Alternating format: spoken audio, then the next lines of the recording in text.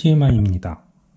오늘은 리코 대학에서 맛집이가 있어서 갔는데 대학생들이 그룹으로 만든 스위치가 너무 일찍 매진돼서 이케부쿠로까지 터덜터덜 오다가 발견한 텐넨 타이야끼라는 가게에서 타이야끼를 먹었습니다.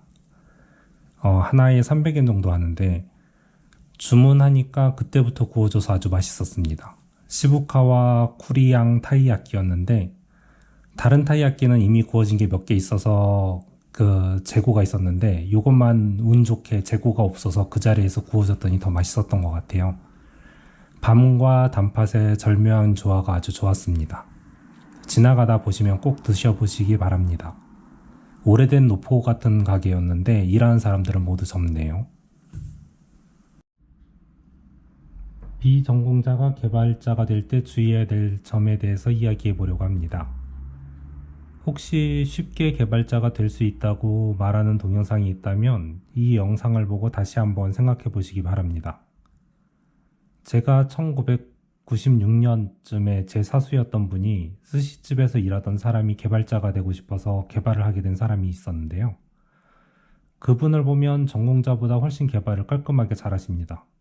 이런 걸 보면 전공을 했느냐 안 했느냐가 중요한 것 같지 않아요.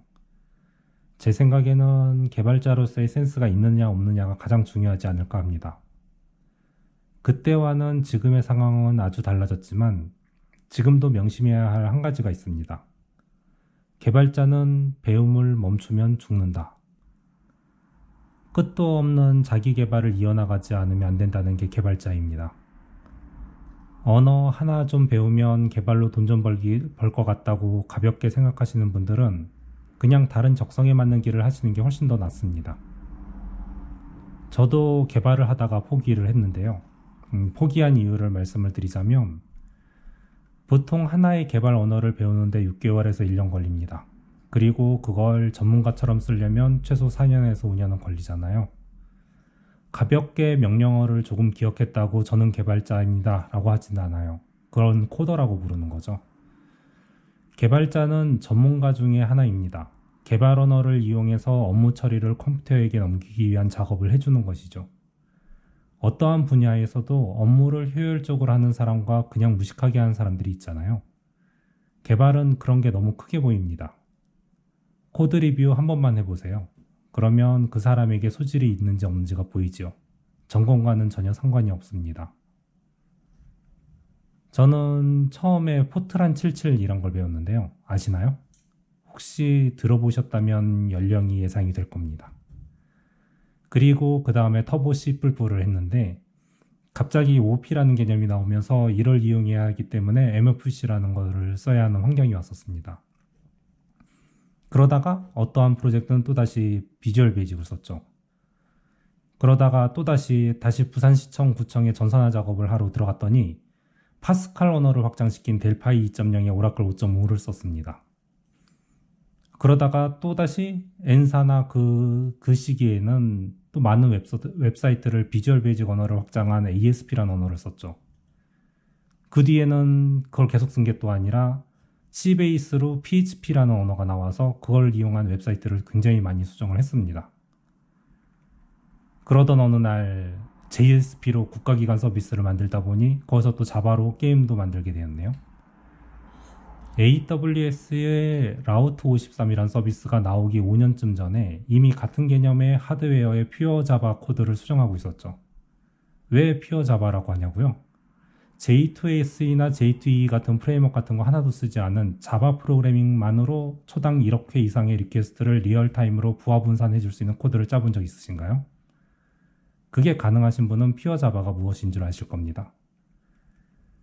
언제부턴가 파이썬이 뜬다고 해서 다시 파이썬으로 머신러닝 코드를 짜고 장고를 이용해서 웹 서비스를 올리고 있었는데 그 뒤에 또 보니 노드.js를 써보면서 버전별 관리가 가능한 서비스가 너무 편한 거예요.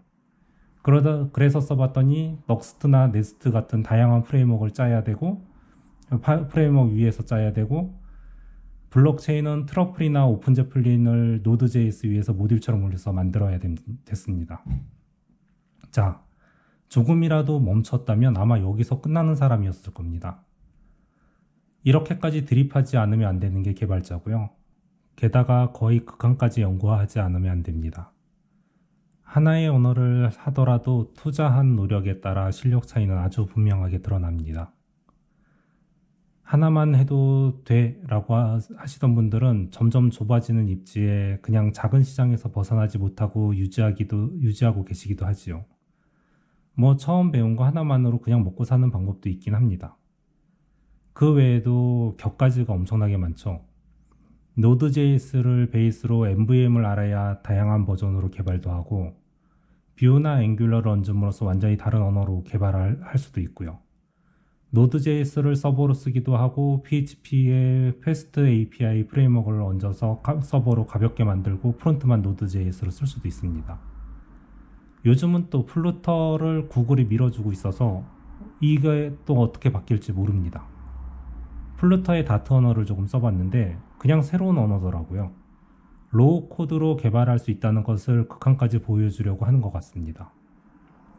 그럼 여기서 다른 분야를 한번 볼까요? 오라클 5.5를 썼던 때가 1997년경이었네요. 작년에 오라클 12G랑 19C를 사용했는데요. 버전이 바뀌었다고 크게 배울 게 없었던 것 같습니다. SQL 서버 6.5가 안정화되면서 계속 써왔지만 SQL 서버 2005부터 2015까지 제이슨 쿼리를 지원하는 것 빼고는 그다지 신경을 안 써도 됩니다. 자, 네트워크를 볼까요? 시스코 CCIE 자격을 2005년에 따신 분이 아직도 그 자격증 하나로 먹고 살고 계시네요. 서버 쪽은 클라우드화가 되면서 엄청나게 변화를 겪은 것처럼 보이지만 LPIC, 리눅스 전문가 자격이죠. 그런 게 있으면 그걸 가지고 계속 다른 기술이 올라가는 정도입니다. 환경이 달라졌을 뿐 기본 개념만 명확하면 크게 공부할 게 없습니다. 도커가 새로운 기술 아니냐고요? 도커는 리눅스에서 사용했던 리눅스 컨테이너 서비스를 개량한 거였고요. 그러면 가상 환경은 어떠냐? IBM의 엘파 피파라는 OS 파티셔닝에서 나온 개념이었어요. 즉 바뀐 게 없다는 거죠.